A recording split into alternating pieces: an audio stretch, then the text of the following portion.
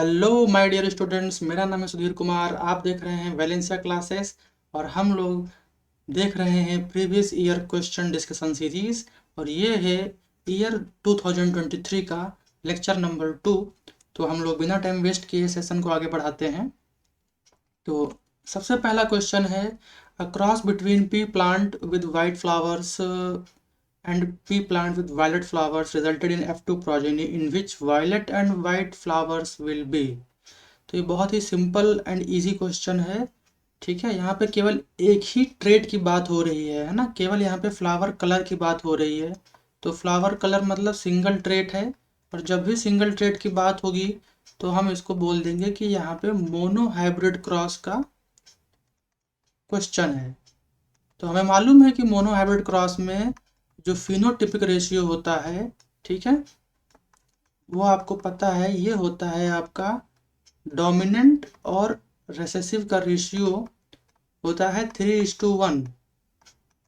ठीक है, क्या होता है 3:1। तो यहाँ पे आपको 3 फ्लावर मिलेंगे वायलेट कलर के, ठीक है, और एक फ्लावर मिलेगा आपको वाइट कलर का। अब यहाँ पे क्वेश्चन में ट्विस्ट रहता है। क्वेश्चन में पूछा गया है ratio of violet and white flowers, तो यहाँ पे आंसर आपका 3:1 हो जाएगा। ठीक है, लेकिन अगर यही क्वेश्चन पूछ लेता कि ratio between pure violet and white, अगर ऐसा क्वेश्चन होता तो आपको पता है जो इसका जीनोटाइप रेशियो होता है मोनोहाइब्रिड क्रॉस का, वो होता है 1:2:1। ठीक है, तो 1 आपका हो जाएगा ये प्योर वायलेट, ठीक है, जिसका जीनोटाइप क्या होगा, कैपिटल वी कैपिटल वी। 2 आपको मिलेंगे वायलेट, जो कि यहाँ पे आपके हेट्रोजाइगस कंडीशन है, कैपिटल वी और स्मॉल वी। और एक आपको मिलेगा प्योर वाइट, जो आपका हो जाएगा स्मॉल वी और स्मॉल वी। तो यहाँ पे बस क्वेश्चन के लैंग्वेज में थोड़ा ध्यान देना रहेगा कि रेशियो किसका बारे में पूछा है। ठीक है, अगर यहाँ पे प्योर वायलेट हो जाता, प्योर वायलेट एंड वाइट का रेशियो पूछता, तो आंसर आपका हो जाता 1:1। लेकिन यहाँ पे वायलेट और वाइट का पूछा है, तो वायलेट तो आपको 3 मिलेंगे और एक आपको वाइट मिलेगा। तो यहाँ पे करेक्ट आंसर आपका क्या हो जाएगा, दैट इज 3:1। ठीक है, so moving on to the next question. In plants the role of cytokinin is. तो प्लांट के हार्मोन होते हैं, है ना, cytokinin is a plant hormone, और इसका वर्क क्या है ये पूछ रहा है। तो सिंपल सा है, इसको याद रखने का बहुत अच्छा ट्रिक है कि साइटोकाइनिन हार्मोन प्रमोट करता है साइटोकाइनेसिस को, और cytokinesis is nothing but cell division. ठीक है, तो सारे टर्म्स यहाँ पे सी से स्टार्ट हैं। साइटोकाइनेस हार्मोन किसमें हेल्प करता है, साइटोकाइनेसिस में, मतलब डिवीजन ऑफ साइटोप्लाज्म में, है ना। मतलब अल्टीमेटली उसका रिजल्ट क्या होगा कि सेल डिवाइड कर जाएगा। तो इसमें पहला ऑप्शन सही है, that is promotes cell division. Next question देखते हैं। The number of chromosomes in parents and offsprings of a particular species undergoing sexual reproduction remain constant due to. तो क्वेश्चन कह रहा है कि जो नंबर ऑफ क्रोमोसोम्स हैं, ये नंबर ऑफ क्रोमोसोम्स पेरेंट से ऑफ स्प्रिंग में जब पहुंचते हैं तो इनके नंबर सेम कैसे रहते हैं। जैसे अगर मैं कहूँ कि पेरेंट के पास में 2n नंबर ऑफ क्रोमोसोम्स हैं, तो ऑफ स्प्रिंग के पास में भी 2n नंबर ऑफ क्रोमोसोम कैसे होता है। तो यहाँ पे 4 ऑप्शन है। पहला है doubling of chromosomes after zygote formation, second है halving of chromosomes after zygote formation, तीसरा है doubling of chromosomes before gamete formation, और चौथा है halving of chromosomes at the time of gamete formation. तो इसमें बहुत ही सिंपल है, आप लोगों को मियोसिस पता है ना। और मियोसिस क्या होता है, मियोसिस आपका एक टाइप का सेल डिवीजन है, जो कि केवल और केवल रिप्रोडक्टिव सेल्स में होता है। मतलब बॉडी के वो सेल्स जो रिप्रोडक्शन में पार्टिसिपेट करते हैं, और इन सेल्स को हम लोग गैमीट बोलते हैं। तो अगर कोई पेरेंट है, तो एक फीमेल पे एक मेल पेरेंट हो गया और एक फीमेल पेरेंट हो गई, इन दोनों से क्या होगा, इन दोनों से गैमीट्स बनेंगे। ठीक है, तो जब गैमेट्स बनता है तो होता क्या है मियोसिस में, कि अगर पेरेंट्स के पास में 2n नंबर ऑफ क्रोमोसोम्स हैं, तो उनके पास में जो उनके गैमेट्स बनेंगे, जैसे मेल के केस में स्पर्म बनेगा और फीमेल के केस में एग बनेगा। तो यहाँ पे क्या होगा, केवल हाफ नंबर ऑफ क्रोमोसोम्स आते हैं पेरेंट्स से, ठीक है। इसी को मियोसिस कहते हैं। मियोसिस में क्रोमोसोम नंबर आधे हो जाते हैं। तो कहने का मतलब ये है कि गैमीट जो है ये आपका हैप्लॉइड होता है, केवल single set of chromosome present है। और जब दो मेल और फीमेल गैमीट के हैप्लॉइड का जब फ्यूजन होगा तो n+n जब ये फ्यूज करेंगे जाइगोट बनाएंगे, तो जाइगोट फिर से ये अपना डिप्लॉयड कंडीशन रीस्टोर कर लेगा, जो condition same to same as a parent की थी। बहुत ही सिंपल है। होगा क्या कि क्योंकि क्रोमोसोम नंबर गैमीट फॉर्मेशन के टाइम पे ही हाफ हो जाते हैं, गैमीट हैप्लॉइड होते हैं। मेल और फीमेल गैमीट, जब दो हैप्लॉइड गैमीट्स जब फ्यूज करेंगे तो एक डिप्लॉयड जाइगोट, एक डिप्लॉयड ऑर्गेनिज्म जो कि अपने पेरेंट की तरह ही same number of chromosomes bear करेगा। तो इसका सही आंसर हो जाएगा option number 4 D. Next question देख रहे हैं, यहाँ पे फिगर दिया गया है और पूछा गया है कि इसमें से कौन सा ऑप्शन सही है। तो यहाँ पे फिगर में आपको साफ साफ दिख रहा है कि यहाँ पे ट्रांसपिरेशन हो रहा है, ठीक है। यहाँ पे रूट्स से, है ना, रूट्स यहाँ पे क्या कर रही हैं कि सॉइल से वाटर को एब्जॉर्ब कर रही हैं, है ना। यहाँ पे रूट्स हैं, रूट सॉइल से वाटर को एब्जॉर्ब कर रही हैं और उसको ट्रांसपोर्ट कर रही हैं to the upper part of the plant. और लीफ से दिखाया गया है कि वाटर वेपर के थ्रू, मतलब इवापोरेशन प्रोसेस से यहाँ पे वाटर लॉस हो रहा है, ठीक है। तो ये सिंपल सा यहाँ पे आंसर हो जाएगा आपका, that is B, that is transpiration. यहाँ पे ट्रांसलोकेशन, एक्सक्रीशन और एवापोरेशन, एवापोरेशन एक बार हो सकता है माइंड में आ जाए बच्चों के कि evaporation is the right answer, but evaporation यहाँ पे गलत है, क्योंकि एवापोरेशन में जो वाटर आ रहा है वो वाटर रूट से ना एब्जॉर्ब होने के बजाय वो वाटर जाइलम टिश्यू से एब्जॉर्ब होता है। तो ये डिफरेंस है, ठीक है। तो यहाँ पे ये चीज़ ध्यान रखनी है। ट्रांसपिरेशन की बात तभी होगी जब वाटर आपका रूट से एब्जॉर्ब होगा, ठीक। तो अब हम नेक्स्ट क्वेश्चन देखने जा रहे हैं। Opening and closing of stomata is due to. तो यहाँ पे अब बात है कि ओपनिंग और क्लोजिंग ऑफ स्टोमेटा कैसे होती है। पहला है high pressure of gases inside the cells, दूसरा है movement of water in and out of the guard cells, तीसरा है stimulus of light in the guard cells, and चौथा diffusion of CO2 in and out of the guard cells. तो यहाँ पे बहुत ही simple phenomena होता है, यहाँ पे ऑस्मोसिस का फिनोमेना होता है। ऑस्मोसिस की वजह से ही स्टोमेटा की ओपनिंग और क्लोजिंग होती है। और हमें पता है ऑस्मोसिस की डिफिनेशन में क्या होता है, इसमें केवल वाटर का मूवमेंट होता है from its high concentration to the low concentration via semi permeable membrane या वाया एनी बायो मेम्ब्रेन। तो यहाँ पे सीधे सीधे यहाँ पे बी आंसर हो जाएगा, ठीक है, कि स्टोमेटा की ओपनिंग और क्लोजिंग के लिए क्या रिस्पॉन्सिबल है, मूवमेंट ऑफ वाटर। थोड़ा सा मैं और एक्सप्लेन कर देता हूँ, ठीक है। मान लीजिए कि सपोज दैट कि स्टोमेटा क्लोज्ड कंडीशन में है, तो क्लोज्ड स्टोमेटा में क्या क्या चीज़ें हो रही हैं।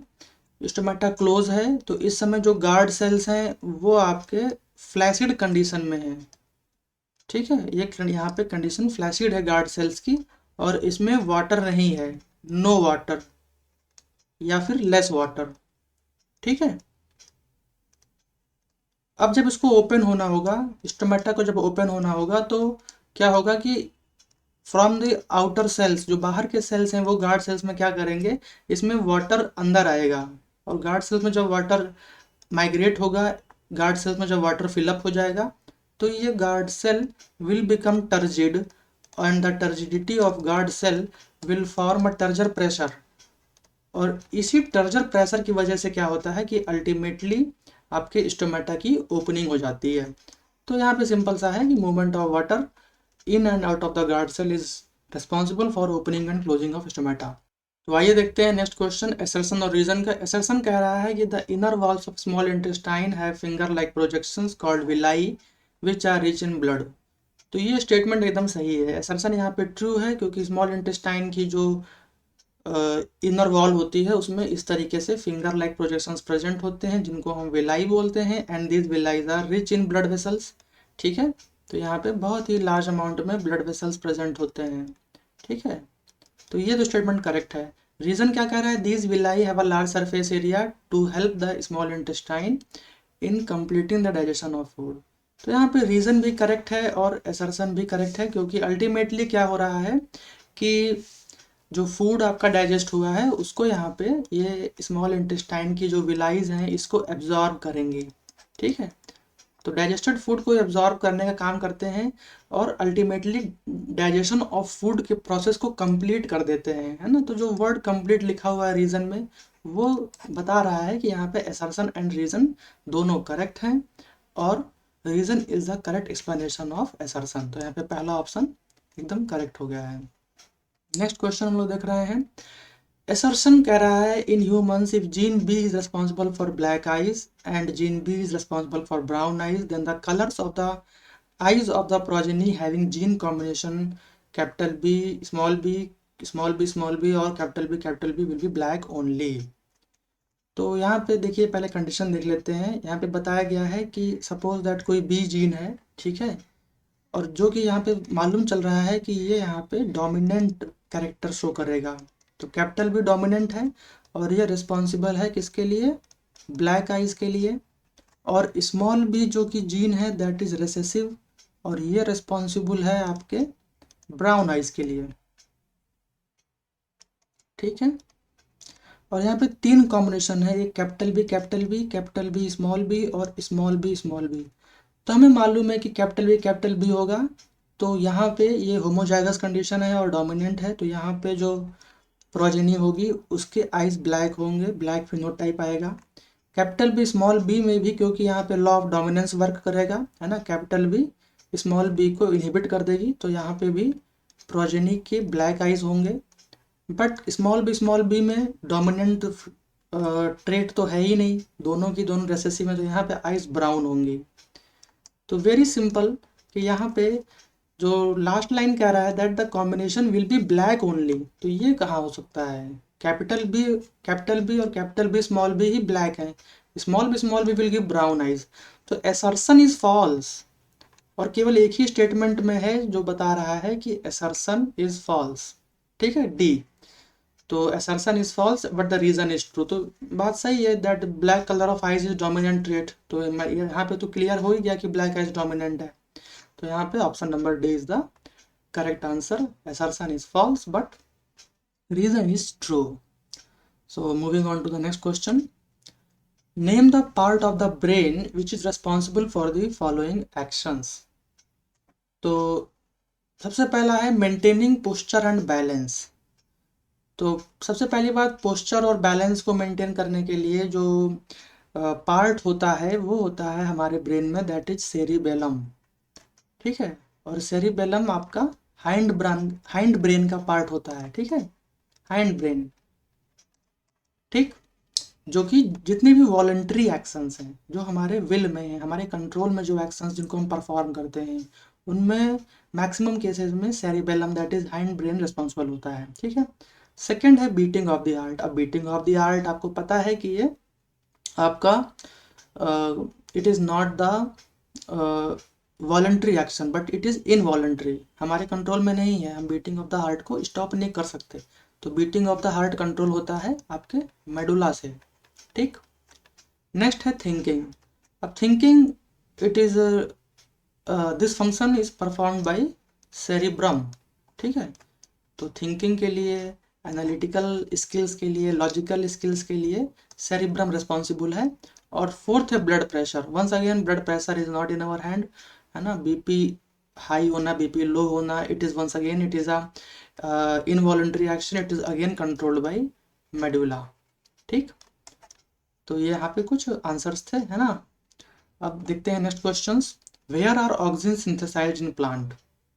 Which organ of the plant shows positive phototropism, negative geotropism and positive hydrotropism?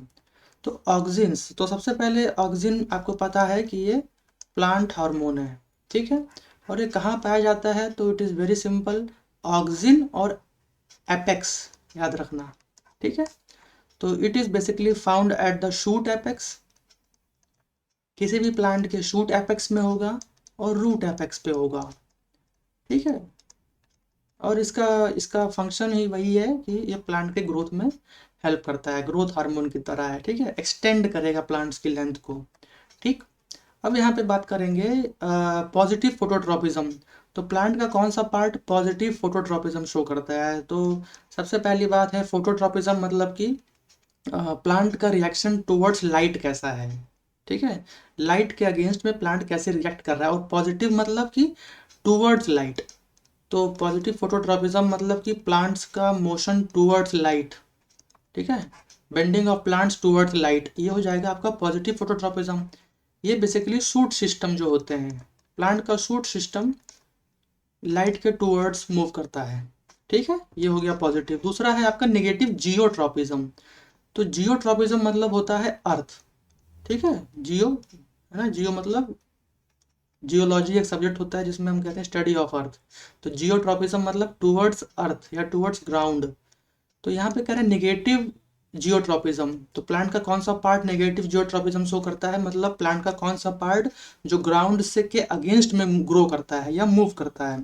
तो यहाँ पे वंस अगेन जो शूट सिस्टम है प्लांट का वही आपके ग्राउंड के अगेंस्ट में मूव करता है या ग्रो करता है। थर्ड है आपका पॉजिटिवली हाइड्रोट्रॉपिज्म। तो हाइड्रोट्रॉपिज्म फिर से वही हो गया टुवर्ड्स वाटर, है ना। अब हमें पता है कि प्लांट्स में आपके रूट्स होते हैं और रूट्स सॉइल में प्रेजेंट होते हैं, और हम जब सॉइल को जब वाटर करते हैं तो सॉइल में वाटर प्रेजेंट है, ठीक है, वाटर प्रेजेंट है, मिनरल्स प्रेजेंट है। तो रूट्स जो हैं वो टुवर्ड्स दी वाटर, जहाँ जहाँ उनको वाटर प्रेजेंस मिलेगी वहाँ वहाँ रूट की जो मतलब प्रोजेक्शंस होंगी, जो रूट हेयर्स होंगे, रूट की जो डेवलपमेंट होगी वो टुवर्ड्स दी वाटर। तो पॉजिटिव हाइड्रोट्रॉपिज्म मतलब टुवर्ड्स वाटर मूव करेंगे, ठीक है। तो यहाँ पे टुवर्ड्स वाटर में आपका केवल और केवल रूट सिस्टम आ जाएगा, ठीक है। तो ये क्वेश्चन भी यहाँ पे आपका फिनिश हो गया। अब हम देखते हैं next question. Which one of the following organ in relation with excretion in human beings, मतलब फंक्शन बताना है। तो पहला है आपका रीनल आर्टरी। तो आर्टरी से ही आपको पता चल रहा है कि आर्टरी और आर्टरी से ही होता है अवे फ्रॉम द हार्ट। तो मतलब जो वेन्स सॉरी जो ब्लड वेसल्स ब्लड को हार्ट से अवे लेकर के जाएंगे, है ना, उन्हीं को हम आर्टरी कहते हैं। तो रीनल आर्टरी का मतलब क्या है कि renal arteries are those arteries which bring blood to the kidney, ठीक है। कहने का मतलब ये है कि रीनल आर्टरी का फंक्शन हो गया कि ब्लड को किडनी तक लेके आता है, ठीक है। और सेकेंड है urethra. Urethra is responsible for expulsion of urine, ठीक है, यूरिन को एक्सपेल आउट करने के लिए, बॉडी से यूरिन को रिमूव करने के लिए यूरेथ्रा का फंक्शन होता है। थर्ड है आपका ग्लोमेरुलस।